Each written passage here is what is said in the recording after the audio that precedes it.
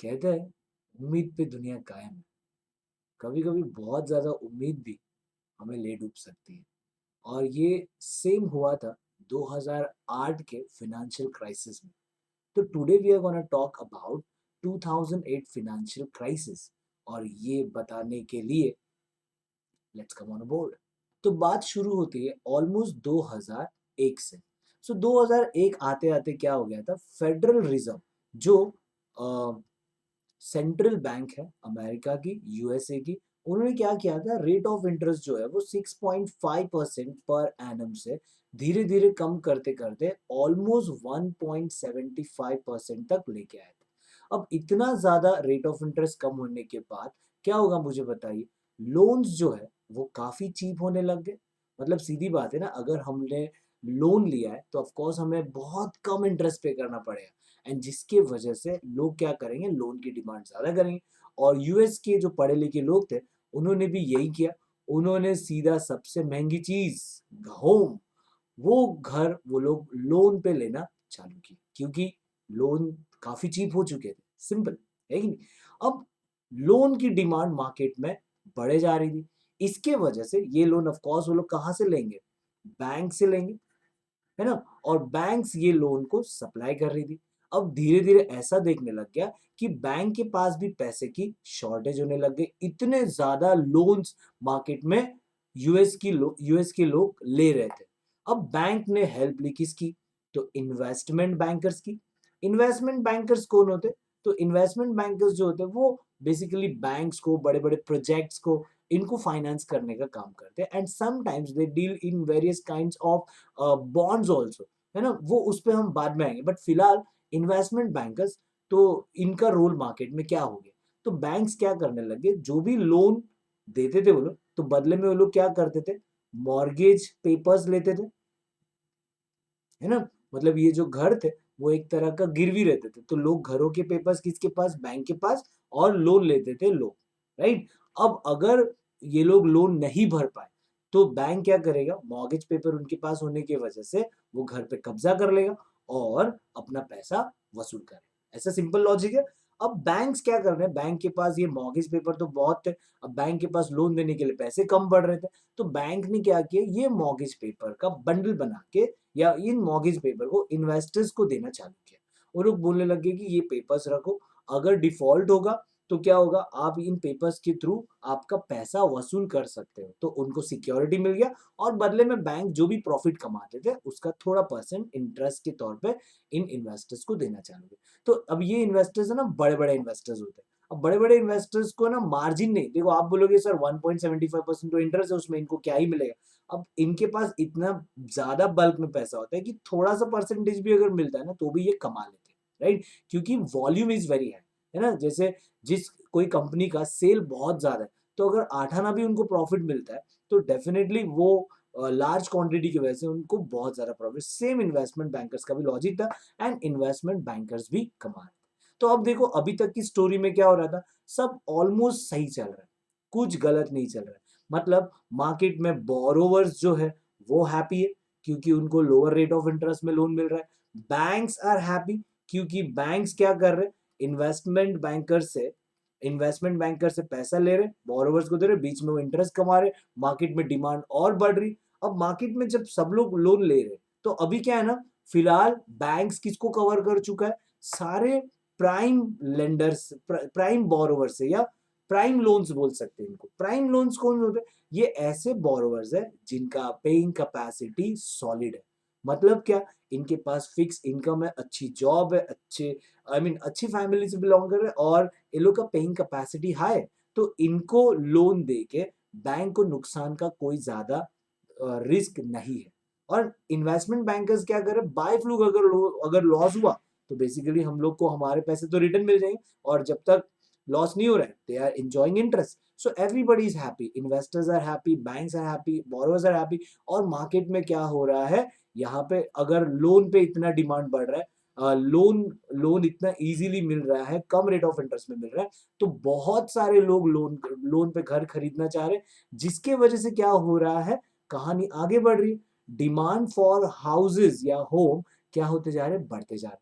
अब डिमांड बढ़ रहे हैं, तो क्या हो रहा है, बैंक्स को ये डिमांड पूरे करने के लिए अब ऑलमोस्ट उन्होंने प्राइम वाले कस्टमर्स को तो दे चुके हैं लोन, तो बैंक्स ने बढ़ती डिमांड को दिमाग में रख के सब प्राइम लोन्स भी देना चालू किए। अब ये सब प्राइम कौन है?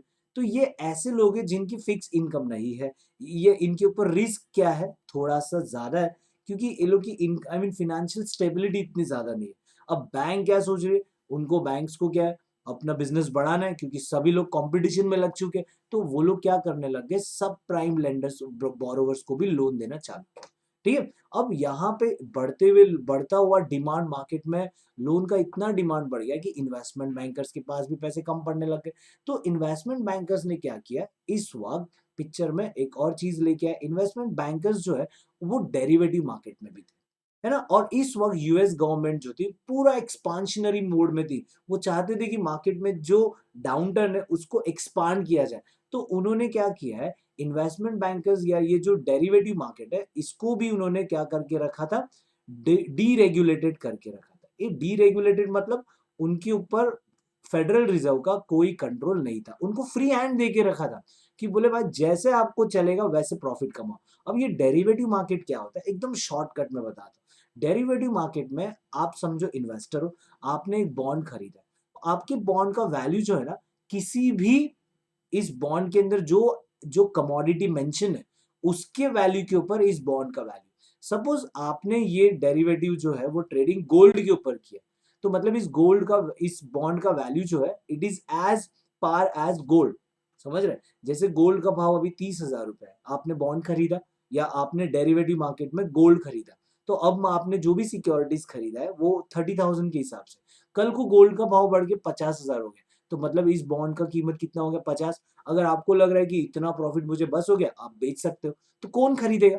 जिसको ऐसा लग रहा है कि गोल्ड का प्राइस जो 30 से 50 हुआ है ये और आगे जाएगा और हमें और प्रॉफिट मिलेगा। तो भाई मार्केट में उम्मीदों पे, मैंने बोला ना, उम्मीद पे दुनिया कायम है, और इस हिसाब से लोग और उम्मीद करेंगे और गोल्ड का प्राइस और डेरिवेटिव मार्केट खरीदे।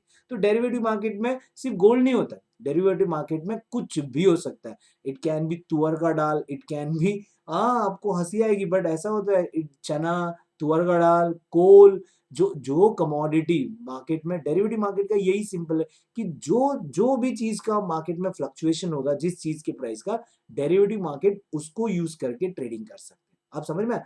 अब मार्केट में क्या हो रहा है देखो, मार्केट में गोल्ड, मार्केट में होम लोन्स की डिमांड बढ़ रही है, बैंक्स मॉर्गेज पे मॉर्गेज करे जा रहे हैं और लोन दिए जा रहे हैं। अब इन्वेस्टर बैंकर्स के पास क्या हो रहा है, पैसे कम पड़ रहे हैं, तो उन्होंने एक दिमाग लगाया, उन्होंने क्या किया, इन सारे मॉर्गेज पेपर का बंडल बनाया, और बंडल बना के एक सीडीओ नाम के एक इंस्ट्रूमेंट बनाया, क्योंकि फिनेंशियल यूएस गवर्नमेंट का रेगुलेशन मार्केट में था नहीं, मतलब वो लोग कोई कंट्रोल नहीं कर रहे थे, उन्होंने फ्री हैंड दे के रखा था मार्केट को ऊपर लाने के लिए। अब ये सीडीओ क्या है, सीडीओ का फुल फॉर्म होता है collateral debt obligation. Collateral debt obligation क्या है, ये किससे बना है, ये सारे मॉर्गेज पेपर से बना है, तो इसके अंदर बंडल ऑफ मॉर्गेज पेपर्स है। अब ये बॉन्ड्स मार्केट में और इन्वेस्टर्स खरीदेंगे, जिनको ऐसा लग रहा है, अच्छा इसका जो वैल्यू है सीडीओ का, वो किसके ऊपर है, इन मॉर्गेज पेपर्स के ऊपर। बात समझ में आ रहा है? इसका वैल्यू इन मॉर्गेज पेपर के ऊपर डिपेंड कर रहा है, हाउसिंग लोन के ऊपर डिपेंड कर रहा है।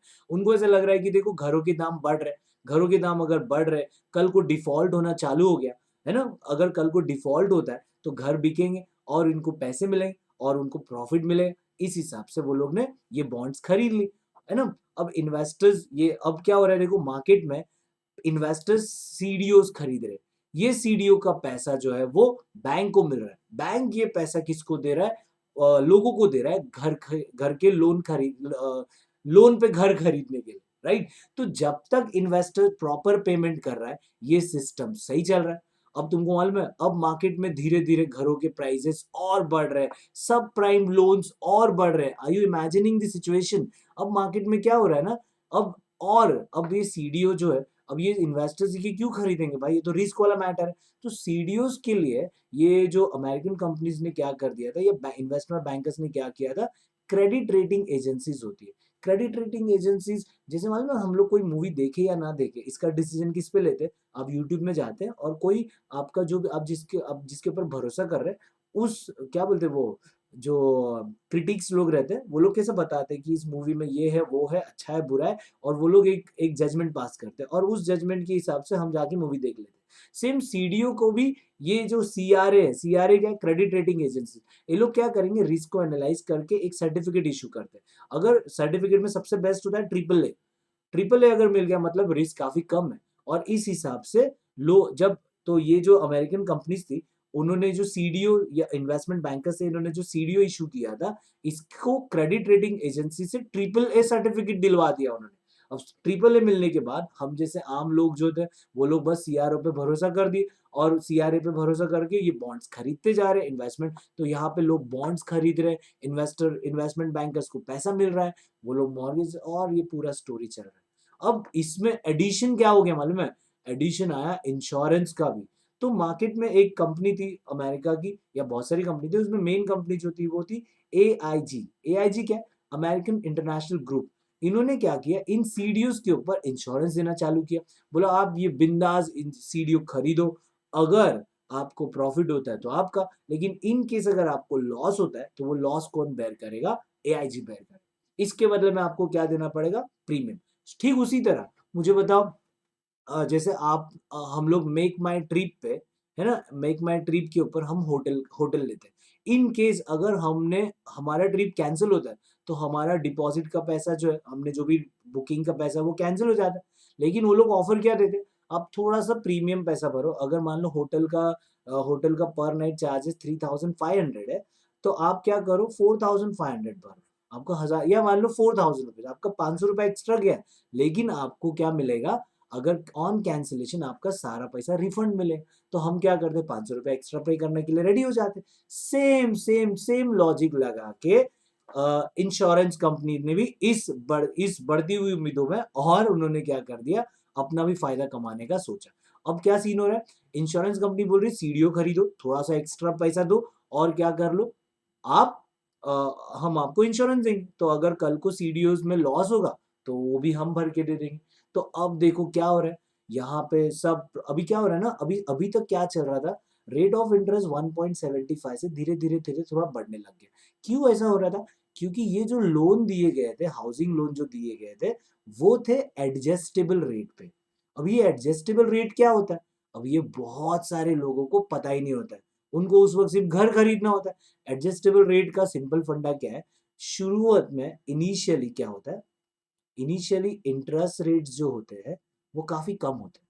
समझ रहे? मान लो 1.75 है, 2% है, 3% है, 4%, लेकिन एक सर्टेन पॉइंट के बाद इंटरेस्ट रेट जो है वो बढ़ जाएंगे। और यही हुआ मार्केट में, जब फेडरल रिजर्व ने इंटरेस्ट रेट बढ़ाना चालू किया, तो वो एक टाइम पे 5.2% तक पहुंच गया, ऑलमोस्ट 2006 तक की बात है वो।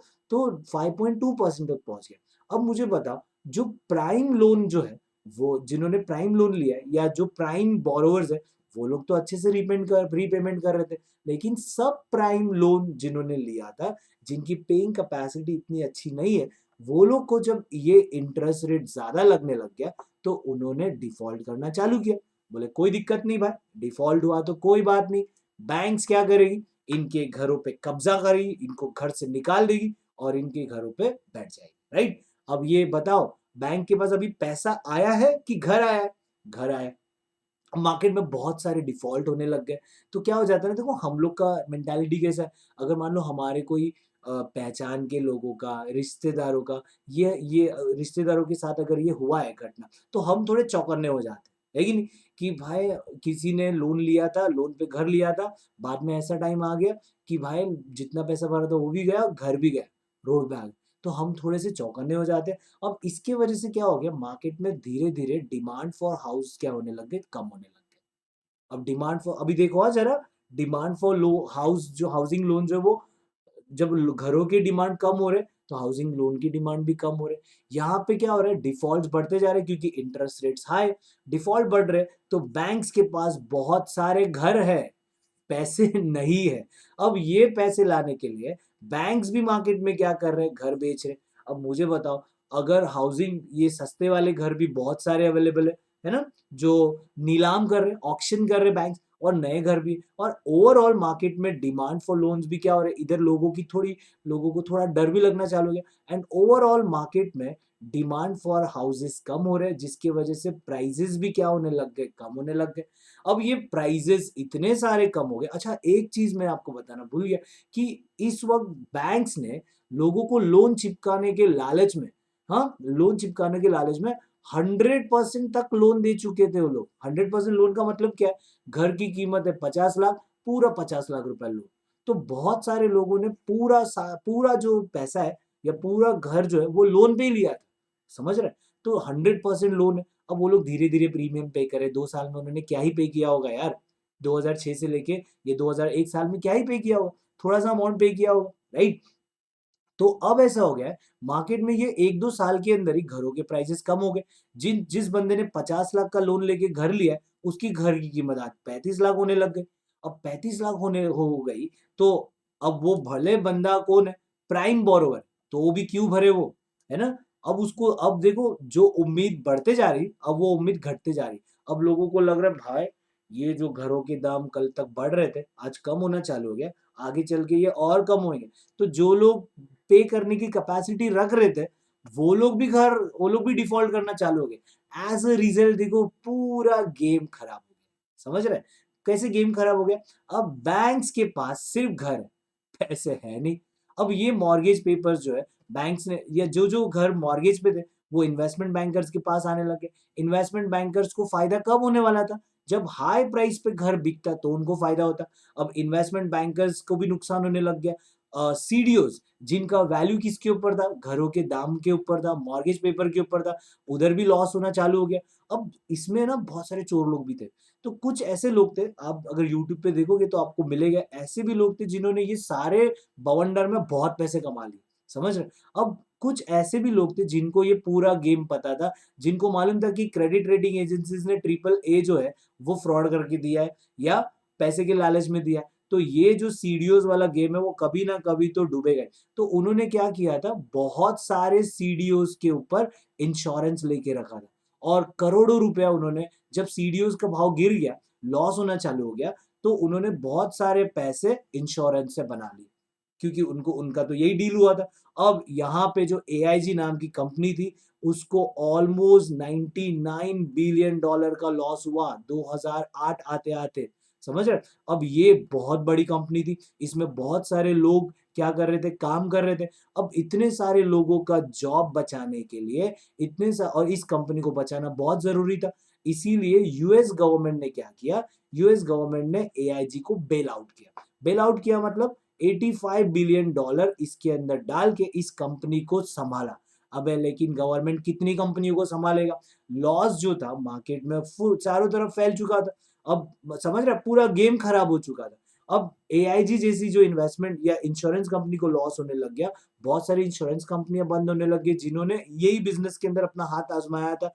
अब ये जो इन्वेस्टमेंट बैंकर्स थे, इनको भी लॉस होने लग गया, क्योंकि सीडीओज का जो वैल्यू था वो किसके ऊपर डिपेंड था, मॉर्गेज पेपर के ऊपर। और मॉर्गेज करके क्या ही मिल रहा था, 50-50 लाख के जो घर थे वो 35-35 लाख में बिक रहे, 20-20 लाख में बिक रहे, कोई खरीदने के लिए रेडी नहीं है मार्केट में घर। तो इन सीडीओज का वैल्यू भी क्या हो गया था, जीरो हो गया था। और ये सारे सीडीओज, ये जो डेट्स थे, वो किसके पास पड़े, इन्वेस्टमेंट बैंकर। और यूएस की टॉप की जो 5 बैंक थी, इन्वेस्टमेंट बैंकर्स थी, वो सारी डूबने लग गई, समझ में आ गए? और इसमें बहुत बड़ा नाम है लीमन ब्रदर्स करके, ये कंपनी बंद हो गई, इसके 25,000 एम्प्लॉइज रोड पे आ गए, क्योंकि ये सब बेरोजगार हो गए। दूसरी जो कंपनीज थी, जो स्ट्रॉन्ग कंपनी थी, जैसे आपने नाम सुना होगा मॉर्गन स्टैनली, इसने एक दूसरी जो छोटी मोटी कंपनी थी जो इन्वेस्टमेंट बैंकिंग में थी, उसको खरीद लिया। ऐसे मर्जर्स होने लग गए, मतलब इन्वेस्टमेंट लाइन में इन्वेस्टमेंट बैंकर्स जो है डूबने लग गए। इन्वेस्टमेंट बैंकर्स जिन्होंने बहुत सारा पैसा किसको देके रखा, अभी यहाँ पे बैंक्स का हाल क्या हो रहा है, बैंक्स के पास सिर्फ घर है, समझ रहे हैं? और उनको दुनिया भर का लोन उन्होंने दिया, वो पैसा तो वापस आ रहा नहीं। बैंक से बस पैसे कहाँ से आए थे, कुछ इन्वेस्टमेंट बैंकर्स के पास से आए थे, उधर तो डूब ही गए। और जो डिपॉजिट्स वगैरह आते थे वो रीपे नहीं कर पा रहे, इधर बैंक का कामकाज ठप हो गया।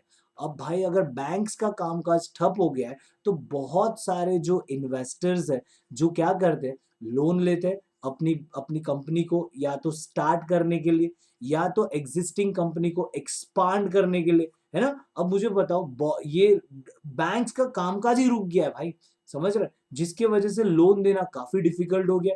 अब मार्केट में लोन मिल ही नहीं रहा है क्योंकि बैंक्स अपने प्रॉब्लम्स में उलझी हुई। ये तो एक ही बिजनेस हो गया ना, सीडीओ वाला जो बिजनेस था वो एक ही था, लेकिन बैंक्स के बाकी जो कामकाज थे, जो जेन्युइन जो रूटीन वर्क था, वहां पे वो काम करने के लिए भी बैंक्स के पास पैसे नहीं थे। अब इसकी वजह से ये जो रियल एस्टेट क्रैश था, वो अब क्राइसिस था, वो अब फाइनेंशियल क्राइसिस बनने लग गया। अब बैंक्स के पास पैसे नहीं है बाकी चीजें करने के लिए, डेली रूटीन करने के लिए, जिसकी वजह से मार्केट में लोन्स मिलना मुश्किल हो गया। लोन मिलना मुश्किल हो गया तो देखो कंज्यूमर का परचेजेस बंद हो गया, इन्वेस्टर्स जो बिजनेसमैन है उन लोगों को लोन मिलना कम हो गया, तो बहुत सारी कंपनियां जो स्टार्ट होती थी हर साल, वो नहीं हो रही है। बहुत सारी कंपनियां जो एक्सपांड करती थी अपने आप को, वो एक्सपांड नहीं कर पा रही, जिसके वजह से आउटपुट लेवल जो है वो, या मार्केट में लोन्स कम होने की वजह से मार्केट में इन्वेस्टमेंट, रियल इन्वेस्टमेंट कम हो रहा है। रियल इन्वेस्टमेंट कम हो रहा है तो मार्केट में आउटपुट लेवल कम हो रहा है। आउटपुट लेवल कम हो रहा है तो मार्केट के अंदर एम्प्लॉयमेंट जो है वो कम हो रहा है, and overall there is a problem of income, and this is called financial crisis. अब ये प्रॉब्लम तो सर अमेरिका में है, लेकिन क्या हो रहा है, आज ग्लोबल इकोनॉमी है, आज इंटीग्रेशन ऑफ इकोनॉमीज है। अमेरिका में अगर क्राइसिस चलेगा तो बहुत सारी कंट्रीज जो अमेरिका के ऊपर डिपेंड थी अपने एक्सपोर्ट और इंपोर्ट से रिलेटेड, ये क्राइसिस धीरे धीरे पूरे वर्ल्ड में फैला, एंड दैट इज कॉल्ड 2008 का फाइनेंशियल क्राइसिस। समझ में आया? I try to explain, I hope, I know थोड़ा सा कॉम्प्लिकेटेड है, थोड़ा सा, एक बार फिर से इसको समराइज करते हैं हम लोग। हाँ? देखो, सिंपल, पहले क्या हुआ, पहले फेडरल रिजर्व ने इंटरेस्ट रेट्स को कम किया, जिसके वजह से लोन्स का डिमांड बढ़ गया। अब लोन में स्पेसिफिकली क्या हो गया, हाउसिंग लोन का डिमांड बढ़ गया, जिसके वजह से बैंक्स ने पूरा बिजनेस किस पे फोकस किया, हाउसिंग लोन देने में फोकस कर लिया। जब इनको पैसे की कमी फील होने लग गई तो इन्होंने क्या किया, इन्वेस्टमेंट बैंकर्स को इसमें इन्वॉल्व किया और मॉर्गेज पेपर बेच के पैसे का जुगाड़ करना चालू किया। इन्वेस्टमेंट बैंकर्स ने क्या किया, और फायदा कमाने के चक्कर में सीडीओज इशू किए। सीडीओज इशू करके वो लोग और मतलब मार्केट से पैसा उठा रहे और इस बिजनेस में लगा रहे। समझ रहे? अब ये बिजनेस भी सीडीओ का मॉर्गेज के ऊपर डिपेंड कर रहा था, राइट? अब आगे सीन क्या है देखो, सीडीओज का रिस्क कवर करने के लिए क्रेडिट रेटिंग एजेंसीज आए। क्रेडिट रेटिंग एजेंसीज और इंश्योरेंस कंपनीज भी मार्केट में उड़ी मार ली।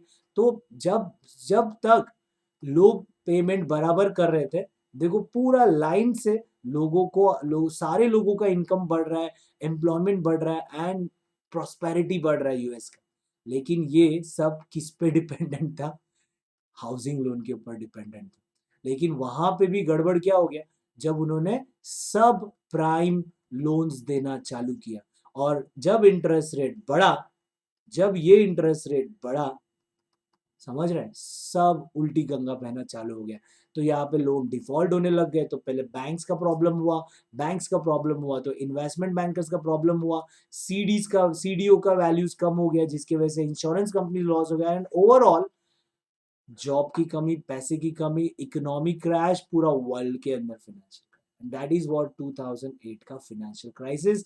आई try to explain it. I hope आपको समझ में आया कि नहीं, प्लीज मुझे कमेंट करके बताना ताकि मैं और इम्प्रूव कर सकूं। Thank you so much.